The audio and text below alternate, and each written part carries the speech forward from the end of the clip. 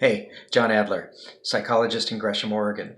This video will have some suggestions for coping with COVID and the stay-at-home situation that has caused a significant amount of concern and stress for many of us.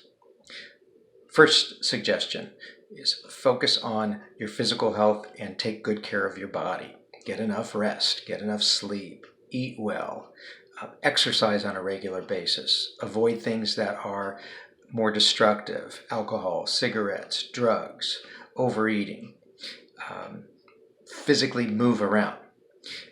Next, have a routine, a structure, a schedule, some expectation of what you're going to do approximately on certain days or at each time of the day. The more that you can maintain that, particularly if it has changed during this situation, the better for you. Get outside.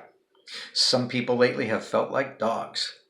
They feel cooped up, forced to stay home, to not get outside. And as we know, if you have dogs, getting outside is quite special. So be sure you're getting some outside time on a regular basis, even if it's just to walk to the mailbox, walk down the street and back, beyond the exercise, physically getting out.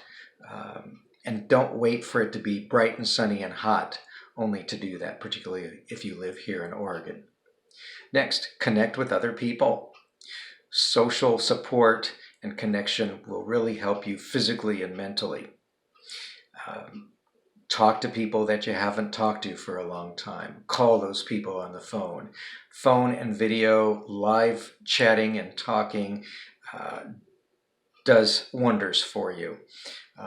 Make a list of some of the people that you haven't been in touch with for a while, but you have good relationships with them, and give them a call just to say hi. Just initiate that.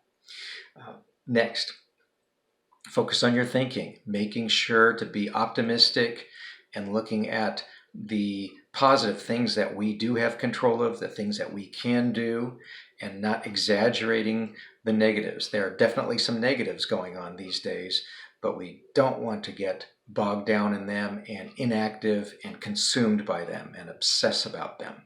We want to focus more on what we can do. And when there are limits to those, we focus on what psychology calls emotion-focused coping, which means managing our feelings. We're not fixing anything except dealing with our emotions and making sure our stress doesn't get out of hand with some of the strategies I mentioned already, such as exercise, social support, balancing our activities with things that are pleasurable, that give us good feelings, and what we might call leisure activities. There are definitely some things that we can do. We may have to tailor our expectations and not do some of the leisure things that we would normally do if we could leave home more so, but there are definitely things that can be done, and focus on those.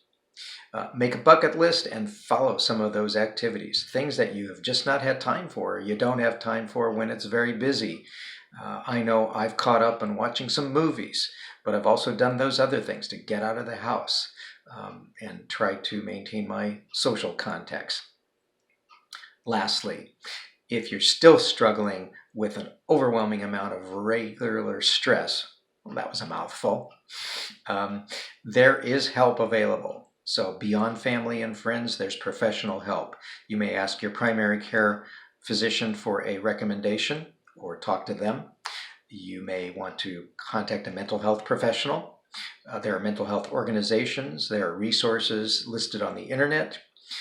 There's also a crisis line, multiple crisis lines. The Multnomah County crisis line where I work is 503-988-4888. 24/7 counselors are available. So if you're feeling that this is an urgent crisis, there is help available. Keep all these things in mind. These things, I hope, will help you cope a bit better with the situation at the moment. So you take care.